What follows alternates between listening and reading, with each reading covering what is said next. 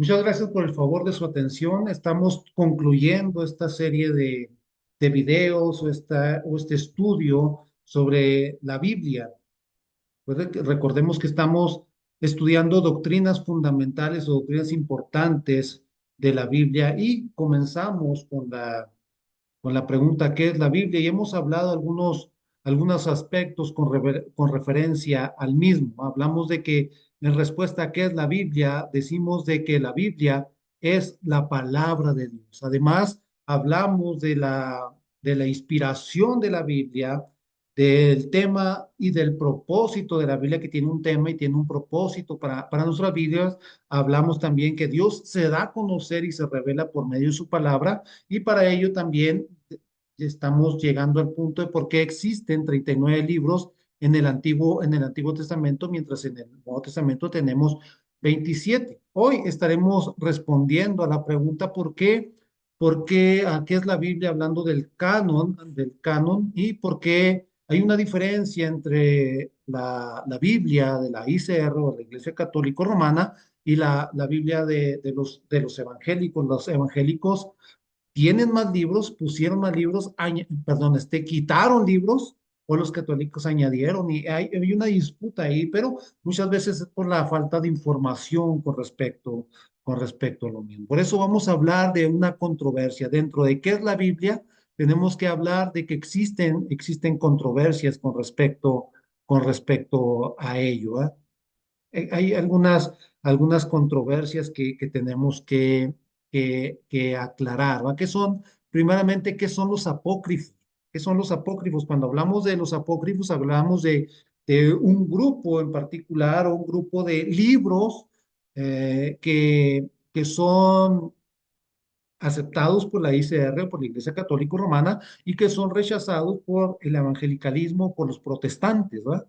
Y en ese sentido, tenemos que tomar en cuenta que tanto la Iglesia o tanto los católicos como los protestantes o los evangélicos tenemos 39 libros del Antiguo Testamento y 27 de Nuevo. En eso no hay diferencia. Ambos lados de la cristiandad tenemos ese grupo, ¿ah? Ese grupo de libros. Tenemos 27 del Nuevo Testamento y también tenemos 39 del Antiguo Testamento. La diferencia entre la Biblia católica y la Biblia evangélica, o la Biblia evangélica resalta que la Biblia católica o romana tiene 11 libros adicionales que se han insertado entre los dos testamentos. Entonces, ¿de dónde provienen esos libros?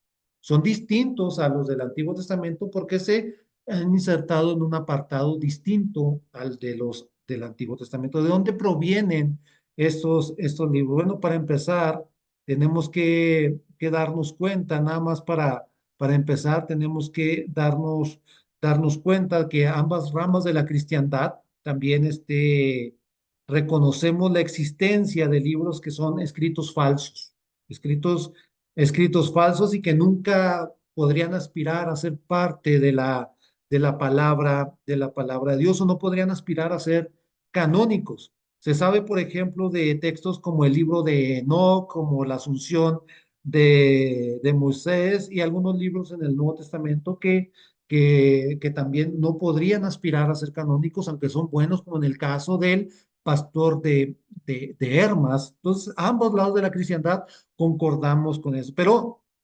todos concordamos en eso, que les falta a estos libros, aunque son buenos en muchos de los casos, por algunas razones son buenos, pero les falta el sello de inspiración divina. Por ejemplo, tenemos el caso del pastor de Hermas. El caso del pastor de Hermas es muy particular, es muy particular porque eh, tenía para algunos, en el caso de los primeros siglos. Esta obra titulada Pastor de Armas tenía autoridad divina para algunos, y por eso para algunos de ellos era considerado para formar parte del canon escritural, pero fue descartado debido a fraude literario. ¿A qué se refiere? Bueno, no fue aceptado debido a esto, debido al fraude literario. ¿Por qué? Porque tenía una enseñanza moralista. Su enseñanza era moral y no era una enseñanza teológica. Su principal enseñanza era ética,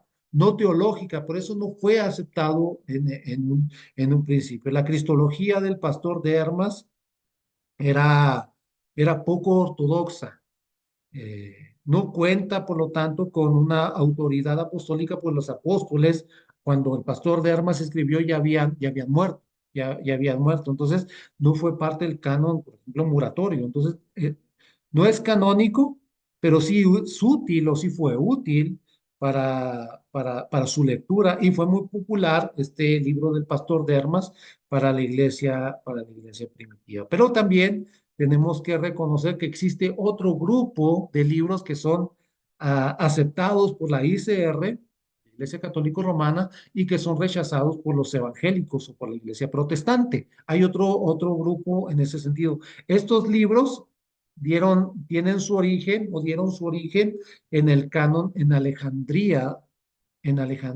Egipto. Ahí surgen estos o ahí son puestos en alguna versión de la escritura en el canon de Alejandría en Egipto. Fue en esa ciudad alrededor del año 250 antes de Cristo que se tradujo el Antiguo Testamento al griego en la versión que se le conoce como la Septuaginta. ¿Por qué Septuaginta?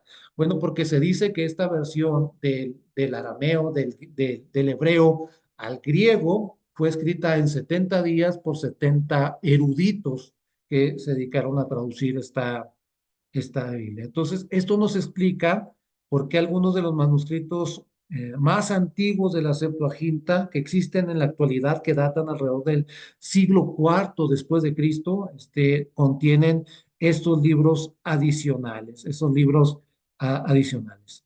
Tenemos la Vulgata Latina, que también fue traducida a finales del siglo IV después de Cristo por Jerónimo, y que fue encargada por el Papa Damaso I, 2 años antes de su muerte. Esa Vulgata Latina sí contenía 15 apócrifos que a posteriori el Concilio de Trento modificó el canon, sacando tres de esos libros, tres de esos 15 documentos de la Vulgata Latina. Entonces, estos libros dieron origen a un canon en Egipto, como ya hablamos, ¿verdad? La Vulgata Latina, por parte de Jerónimo, contenía 15 de estos 12 libros y son llamados comúnmente apócrifos, y son 15 y 11 de los 15 son aceptados por la Iglesia Católica. Entonces, estos libros son comúnmente llamados como apócrifos, son comúnmente llamados como apócrifos, que significa escondidos, significa escondidos, y están entretejidos, estos libros están entretejidos en los libros del Antiguo Testamento, en las versiones, por supuesto, en las versiones católicas. En total existen 15 libros, ¿verdad? Entonces solamente 11 son aceptados por la Iglesia Católica. Y esto debido también a que cuatro de estos libros, o 4 de esos 11 están combinados con libros del Antiguo Testamento también. La versión Douay, por ejemplo, también solo contiene 7 libros adicionales en su índice. Cuando hablamos de la versión Douay, es la traducción inglesa o la traducción al inglés de la Vulgata Latina. Entonces, esa traducción al inglés hecha por el Colegio de Douay por supuesto, está a servicio de la Iglesia Católica. Solamente tiene 7 libros adicionales en su dice, no tiene los 11 o los 12 aceptados por la Iglesia, por la Iglesia Católica o la ICR. ¿Cuáles son las razones para que la Iglesia Católica Romana o la ICR los considere canónicos estos libros? Bueno, la primera razón es que ellos, en forma breve, podemos hablar de que la primera razón es que ellos dicen que la mayoría de las citas del Nuevo Testamento provienen de la Septuaginta, eso es lo que dicen. Y la Septuaginta, de acuerdo a la versión católico-romana, contiene los libros apócrifos.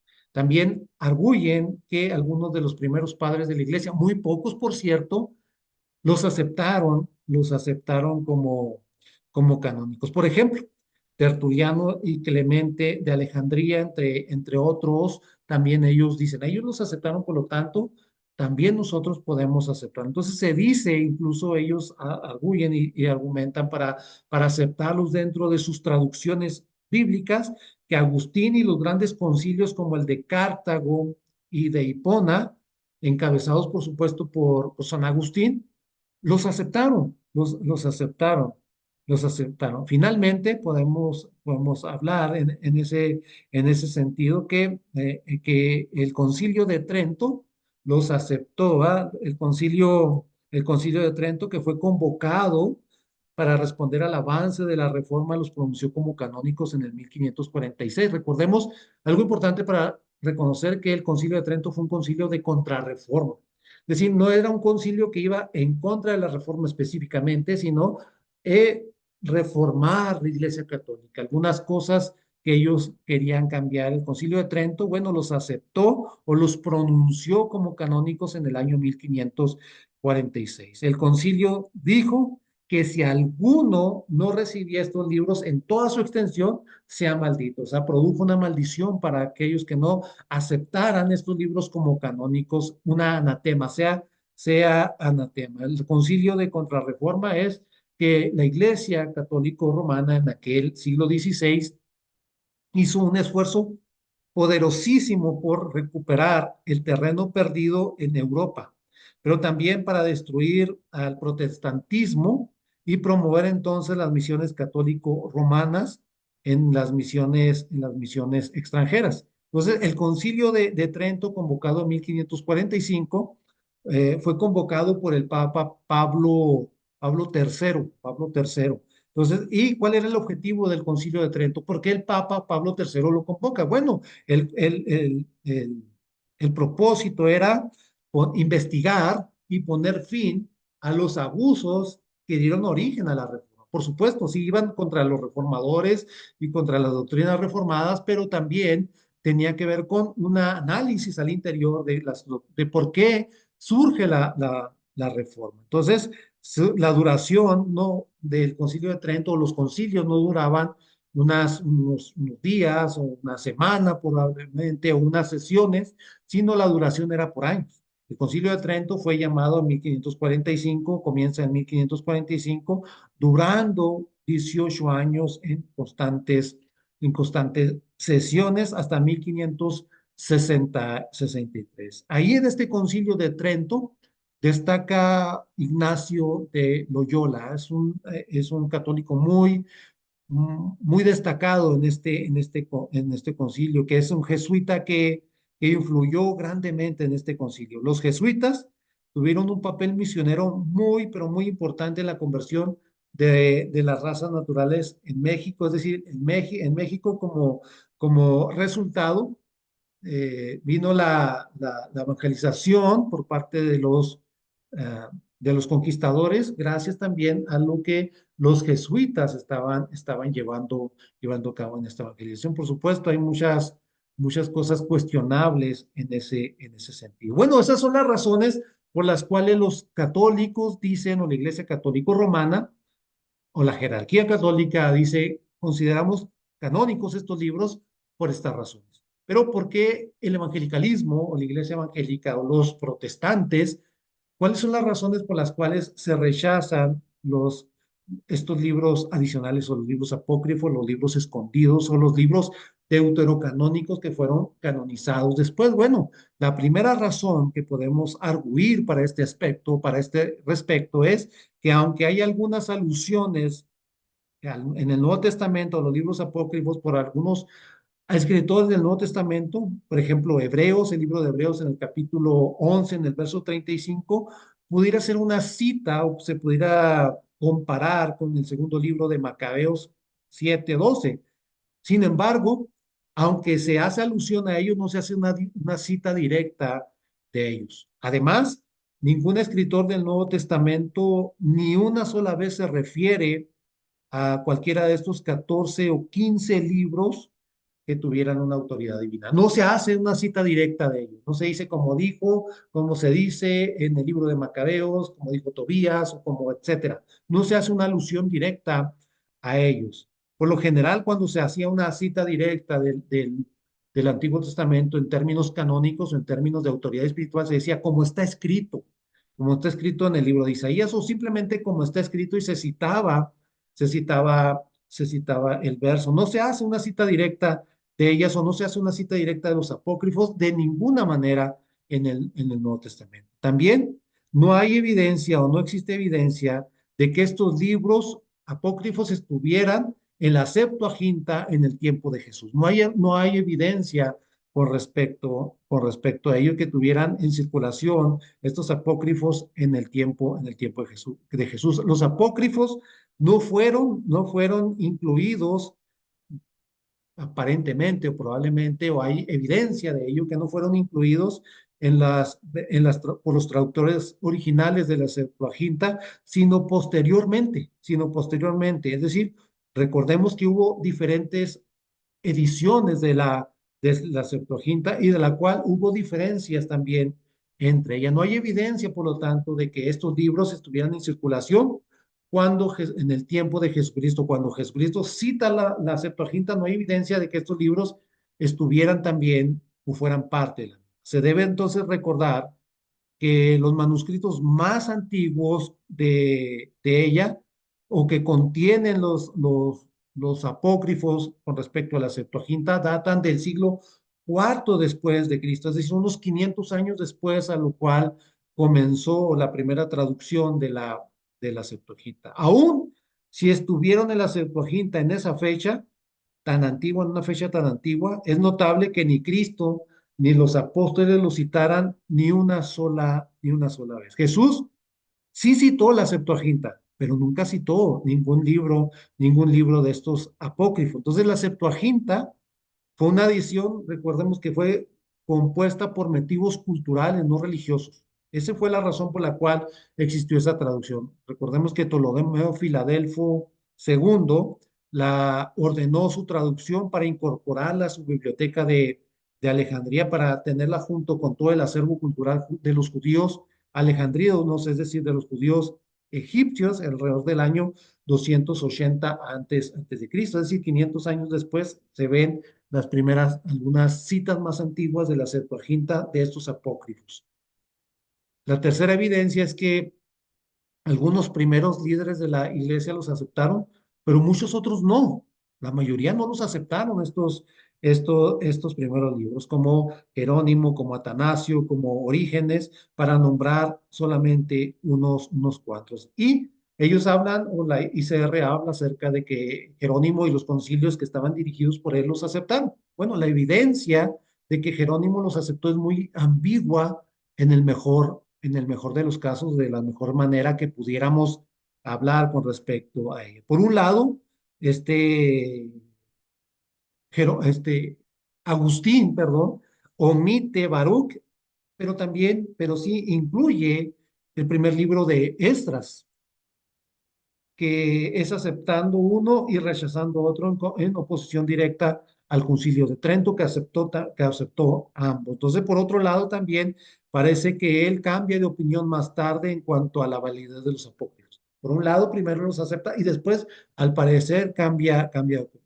Jerónimo, Jerónimo, mientras se encontraba realizando la traducción de la Biblia a latín, conocida como la Vulgata Latina, disputó con Agustín con respecto acerca del valor de estos libros adicionales, aunque Jerónimo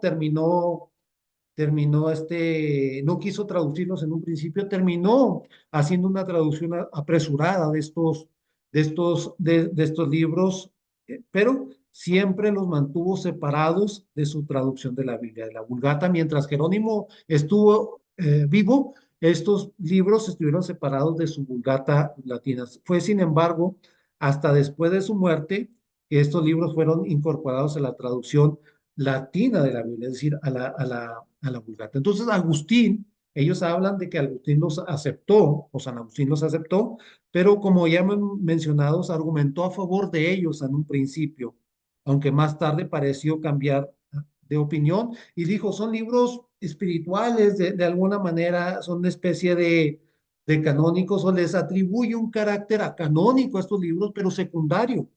Es decir, su testimonio, aunque es importante, no es del todo claro.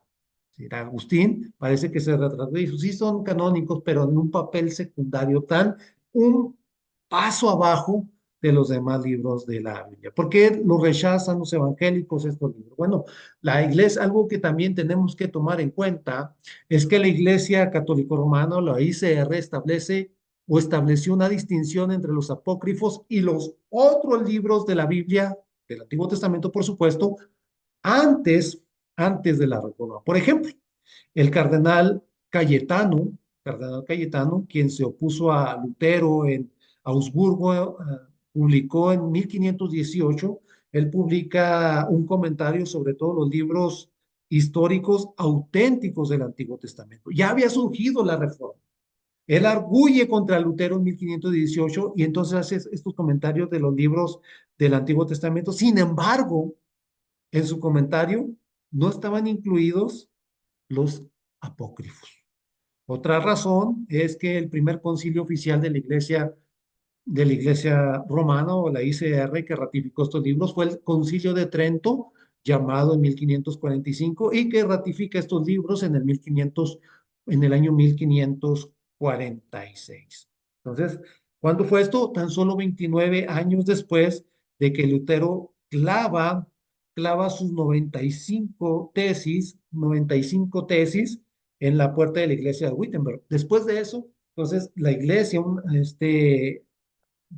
casi 30 años después, se pronuncia a este respecto. Entonces, la aceptación de estos libros en ese momento fue conveniente. O sea, fueron aceptados siendo realistas por una conveniencia. ¿Por qué? Porque se estaban utilizando algunos de ellos o algunas de las citas que tenían estos libros. ¿Para qué? Para contrarrestar a Lutero. Entonces, esos libros que no eran aceptados en un principio, ahora son siendo tocados ¿para qué? Para contrarrestar los dichos de Lutero. Entonces, por ejemplo, el segundo libro de Macabeos, en capítulo 12, versículos 45 y 46, habla de las oraciones hechas por los muertos, cosa que el evangelicalismo no acepta. También otro libro, como es el de Tobías, capítulo 12, versículo 19, enseña la salvación por obras. Entonces, estos textos son utilizados para contrarrestar a Lutero, que francamente no utilizaba los mismos. Entonces, aún así, la ICR, o la Iglesia Católica Romana, solo aceptó 11 de los 15 libros, 11 de los 15 libros. Lo que esperaban es que estos libros, al estar juntos por tantos siglos, llegaran a ser aceptados en grupo, en forma natural. Es decir, apeló a la naturalidad. Ahí están, entonces van a ser aceptados en un futuro. El contenido de los apócrifos también es inferior al de la Biblia, es inferior al de la Biblia en general. Por ejemplo, algunas de las historias que se relatan en estos libros apócrifos son fantasiosas. Tenemos a Abel y al dragón, tenemos Tobías y Judith.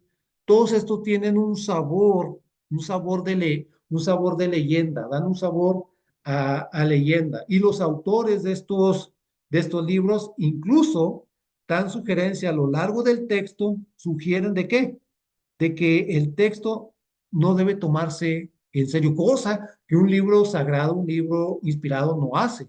Por ejemplo, tenemos a segundo libro de Macabeos que delata por sí mismo no ser de inspiración divina. Fíjese lo que dice segundo libro de Macabeos, capítulo 15, versículos 38 y 39.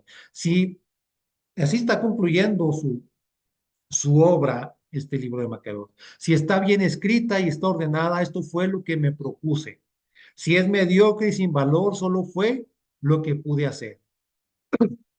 Así como no es agradable beber vino ni agua solos, en tanto que beber vino mezclado con agua es sabroso y agradable al gusto, del mismo modo, en una obra literaria así atribuye su escrito, el escritor de Macabeos, la variedad del estilo agrada a los oídos de los lectores y con esto termino mi relato. Entonces, de alguna forma, si usted ve los escritos bíblicos, no hacen una argución de decir, bueno, si está escrita, este escrito puede llegar a ser mediocre. No, no vemos eso, vemos, así dice el Señor, así dice el Señor. Delata por sí mismo, segundo libro de Macabeos, no ser de inspiración divina. Es más, es más, estos libros, los apócrifos, tienen errores también históricos. Uno de ellos afirma, por ejemplo, uno de estos libros afirma que Tobías estaba con vida cuando los asirios conquistaron Israel en el 722 antes de Cristo. Dice, Tobías estaba vivo, pero también lo pone con vida cuando Jeroboam se sublevó contra Judá en el 931 antes de Cristo, con lo cual Tobías habría tenido por lo menos 209 años de edad. No obstante, bueno, podríamos decir, bueno, antes eran longevos. Según el propio relato, este hombre murió a los 158 años, es decir, no dan las matemáticas. Hay errores de cronología en el mismo.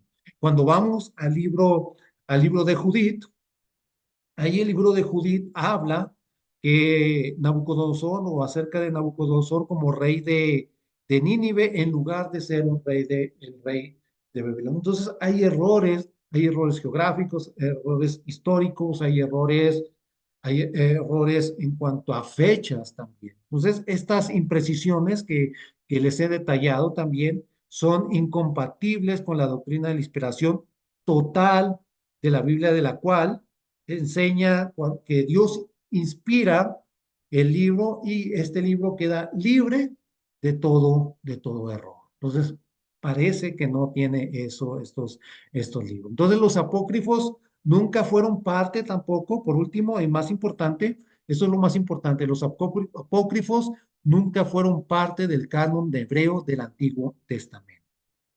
Cuando Cristo estuvo en la tierra, citó muchas citas del Antiguo Testamento, pero en ninguna ocasión citó ninguna parte de los apócrifos. ¿Por qué? Porque no fueron parte del canon hebreo del Antiguo Testamento. No fueron, fue por eso que el Señor Jesucristo no los citó.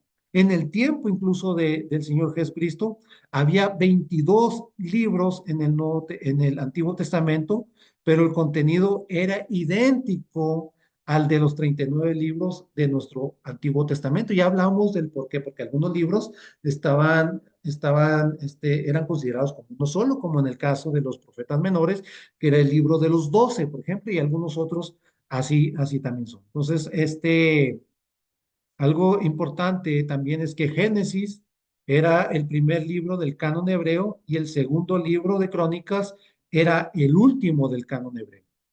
Al menos en una ocasión Cristo se refirió a esta manera específica al contenido del canon hebreo cuando dijo, es decir, el canon hebreo no era como el de nosotros, que de Génesis a Malaquías, no, el canon hebreo era de Génesis al libro de Crónicas. Y Jesucristo lo retoma o toma ese canon cuando dice lo siguiente ahí en Mateo capítulo 23, versículos 34 y 35. Por lo tanto, aquí yo les envío a los profetas y sabios y escribas, y de ellos a unos mataréis y crucificaréis, y a otros azotarán en sus ciudades, en sus sinagogas, y los perseguirán en sus ciudades, para que venga sobre ustedes toda la sangre justa que se ha derramado sobre la tierra. Desde la sangre de Abel el justo hasta la sangre de Zacarías, hijo de Berequías, a quien matasteis entre el templo y el altar. Muy importante lo que está diciendo el Señor Jesucristo en este sentido. ¿Por qué? Porque el canon hebreo, es decir, el primer libro de la Biblia hebrea era el libro de Génesis, que data también o que donde registra la muerte de Abel, como dice, desde la sangre de Abel el justo, es decir, la sangre de Abel relatada en el libro de Génesis, es decir, está hablando del canon del Antiguo Testamento, hablando del libro de Génesis, hasta el último libro del canon hebreo, que era el segundo libro de Crónicas, donde casi al final del libro se describe la muerte de Zacarías en el capítulo 24, en el versículo 21 de nuestra Biblia. Es decir, por todo el canon del Antiguo Testamento. Entre estos dos eventos, entre la muerte de Abel y la muerte de Zacarías, hijo de Berequías, entre estos dos eventos se circunscribe todo el contenido escritural del Antiguo Testamento. El Señor dio a entender que ahí terminaban las escrituras, ahí terminaba la escritura hebrea y no con los apócrifos que fueron en su mayoría escritos en el periodo intertestamentario, es decir, durante esos 400 años entre Malaquías y y Mateo. Entonces, los libros apócrifos fueron escritos en griego, fueron escritos en griego tras el cierre del canon del Antiguo Testamento. Los eruditos judíos, entonces, concuerdan con Malaquías en que Malaquías fue el último libro del Antiguo Testamento en un sentido cronológico, no en el sentido canónico, en el orden del canon del Antiguo Testamento, sino en orden cronológico, el último libro de la Biblia es el libro de Malaquías. Eso concuerdan los eruditos judíos. Es evidente entonces que los libros apócrifos o deuterocanónicos fueron escritos alrededor del año 200 antes de Cristo, es decir, 200 años a posterior del profeta Malaquías y solo aparecen en manuscritos griegos del Antiguo Testamento, del Antiguo Testamento.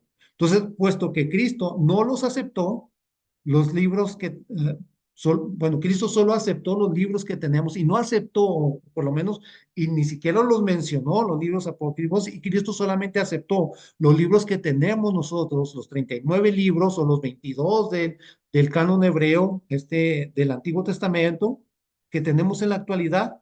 No tenemos razón alguna. ¿Para qué? Para añadirlos a su nómina. Entonces, finalmente, para concluir este asunto del canon tanto del Antiguo como del Nuevo Testamento, concluimos con de la siguiente forma, este tema relacionado con el canon, tanto del Antiguo como del Nuevo Testamento. Podemos creer que en el Antiguo y el Nuevo Testamento, en ambos, tenemos ahora, el día de hoy, la revelación plena de Dios. Todo lo que Dios nos quiere decir están en el Antiguo y en el Nuevo Testamento, bajo la directa inspiración del Espíritu Santo y constituye la única e infalible palabra de Dios en el Antiguo y el Nuevo Testamento. Los 39 del Antiguo Testamento y los 27 del Nuevo Testamento constituyen la única e infalible palabra de Dios. En el proceso, el Señor Jesucristo hizo dos cosas vitales en el proceso de canonización. ¿Qué hizo el Señor Jesucristo?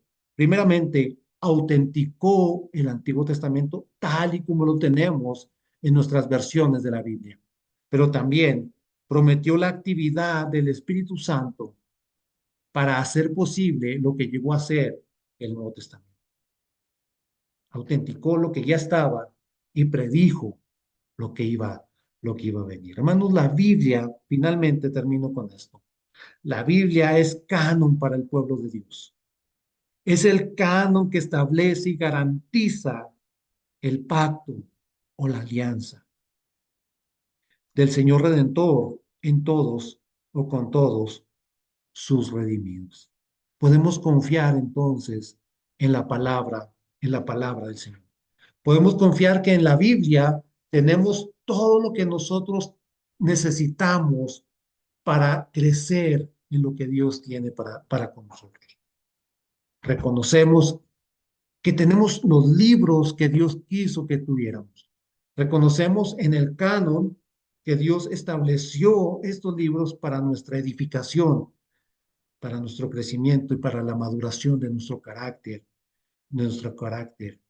cristiano. Tenemos en la palabra de Dios lo que Dios tiene para nosotros. Podemos confiar en la inspiración de la Biblia.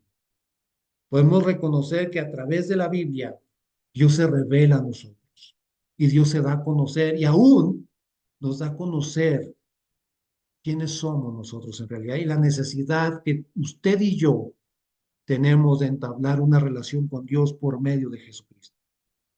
Es importantísimo conocer al Dios de la Biblia.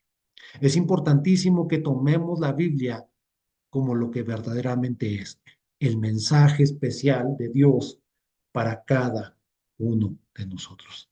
Muchas gracias por el favor de su atención y espero que esta serie de estudios haya sido una herramienta útil y que haya bendecido su vida y haya sido de utilidad también para usted. Damos gracias a Dios por su bendita palabra. Dios le bendiga.